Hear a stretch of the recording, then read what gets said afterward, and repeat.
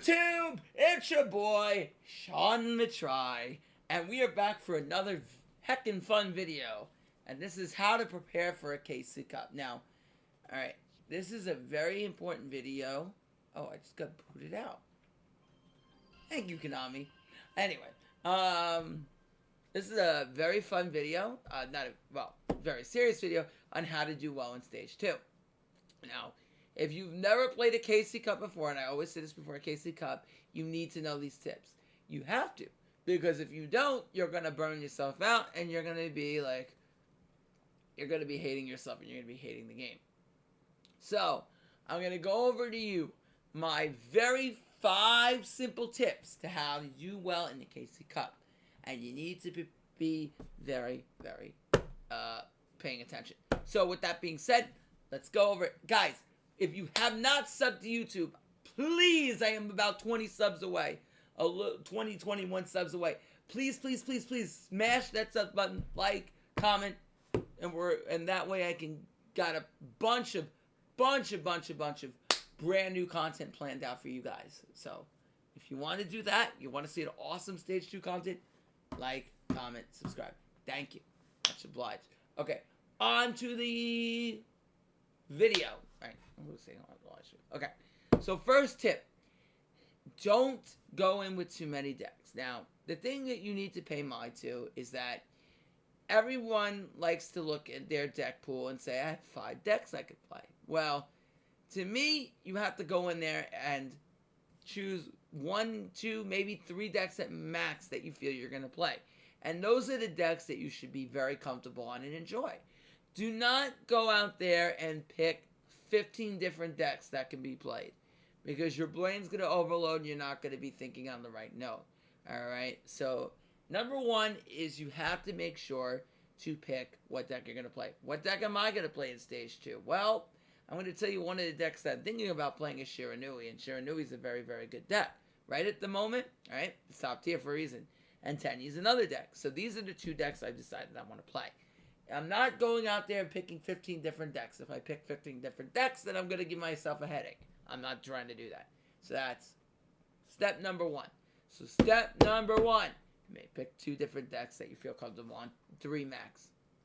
Or what if you really want to solo a deck, but it's good to have a secondary deck in the back pocket. Now, step number 2, always make sure you are hydrated and eaten and rested. Alright, make sure you eat, you hydrate, and you rest. I cannot tell you this enough. Your body needs its natural resources in order to function properly. If you do not eat, you're going to feel miserable, garbage, and you're not going to want to play. And you need to rest. Now, as much as you want to grind your batuchka off and get top 100 global and get all the accolades, make sure you rest. Alright, rest is very important. Even if you sleep 6 to 8 hours, you got to do it. Alright, wake up and play again, eat and play. Alright, I'll tell you, I'm going to rest. I'm going to develop a schedule for myself that I'm going to be playing in the KC Cup, and I'm also going to be resting. I am not doing that to myself. I don't care where I end up. My health is the most important thing. So make sure that you take your health into consideration. You provide yourself with at least 6 to 8 hours of rest per day that you're accommodating to about the 16 to 18 hours that you'll be probably playing. You should be at least accommodating about 8 hours to rest. So make sure you do that. Or in my case, I'm going to probably be playing 12 hours and then resting the other 8. That's what I'm probably going to be doing. But do what you feel. Alright? Make sure you have this is going to lead into step number 3. Step number 3, develop a schedule. Now, I'm going to do this with you guys right now. Alright? We're going to make a tentative schedule. I'm not saying this is my schedule, but I'm going to work on this with you guys. So let's say, let's say I will have stoppage points, right? Alright, now I'm going to teach you guys stoppage points. If you've never played a KC Cup before, I'm going to give you some tips. Alright, where's a good stoppage point on day 1? Well, it depends where you want to end up. If you want to get the top 500 global, I would say 25k. 25, 30k is a good stop. Day 1, you can stop at 30. That's a good place to stop. Alright, anywhere around that point. Day 2, you can go up to 40, 40k, 40, 45k, and then day 3, you can push. That's generally what I would recommend you do. If you push too much, I don't recommend you go 35, 40k on day 1 because you're going to burn out. And if you burn out, then you're not going to want to play day 2. So don't burn out.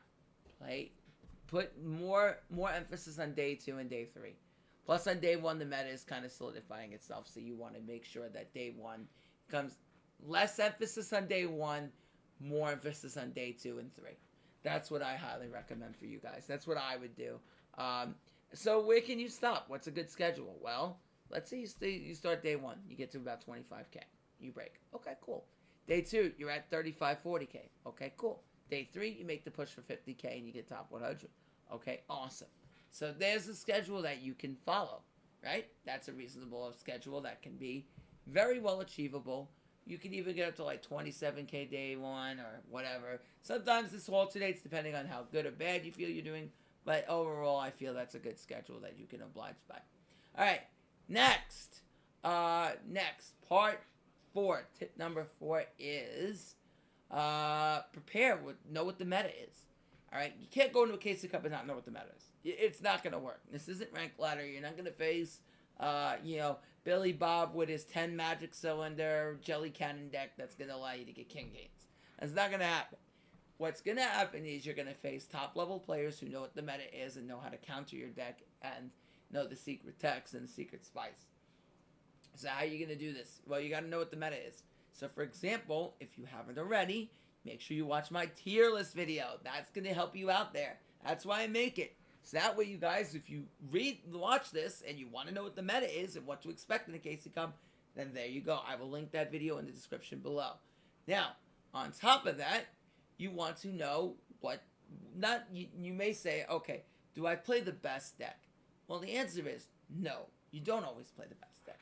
You don't. That's not always the play. If you feel like you don't know Tachyon that well, then don't play Tachyon.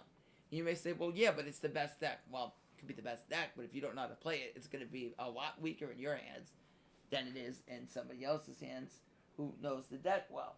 Now, you may say, well, that's kind of mean, right? Well, it may be a little bit rude, but it's reality.